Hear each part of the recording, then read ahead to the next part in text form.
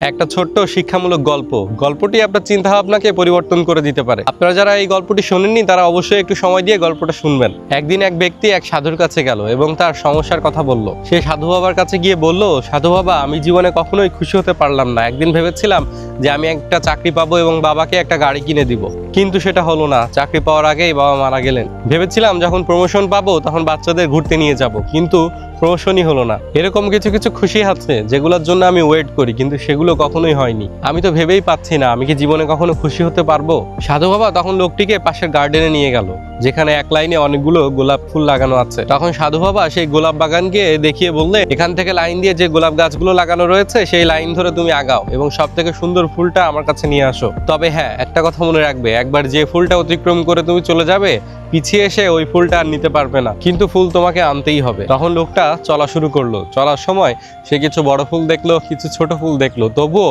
সে এর থেকেও ভালো খোঁজার জন্য এগুলো থেকে ফুল তুললো না। সে তখন ভাবছে এর থেকেও বড় ফুল বা সুন্দর ফুল হয়তো সামনে আছে। এই ভাবতে ভাবতে সে একটা সময় শেষ প্রান্তে পৌঁছে গেল। তখন সে দেখতে পেল শুধুমাত্র কিছু শুকিয়ে যাওয়া ফুল তার সামনে রয়েছে। তারপর সে ওর মধ্যে থেকেই যে ফুলটা একটু ভালো রয়েছে সেটাই তুলে সাধু বাবার কাছে নিয়ে গেল। তখন সে সাধু বাবাকে বলল, রাস্তায় আমি অনেক সুন্দর সুন্দর ফুল দেখেছি, কিন্তু এই ভেবে এগিয়ে গিয়েছি যে এর থেকেও ভালো ফুল হয়তো সামনে রয়েছে, কিন্তু শেষে গিয়ে দেখলাম শুধু শুকিয়ে যাওয়া ফুলই অবশিষ্ট আছে, তাই তার মধ্যে থেকে এটি আনলাম। তখন সাধু হেসে বলল, হে বৎস, তুমি কত সুন্দর সুন্দর ফুলের আশায় সামনে এগিয়ে গেলে, কিন্তু শেষ পর্যন্ত একটা শুকনা ফুল নিয়ে আসলে। তখন সেই সাধু বাবা আরো বলল যে, ধরো এই গার্ডেনটা তোমার জীবন, আর এই ফুলগুলো হচ্ছে তোমার জীবনে আসা ছোটখাটো খুশি।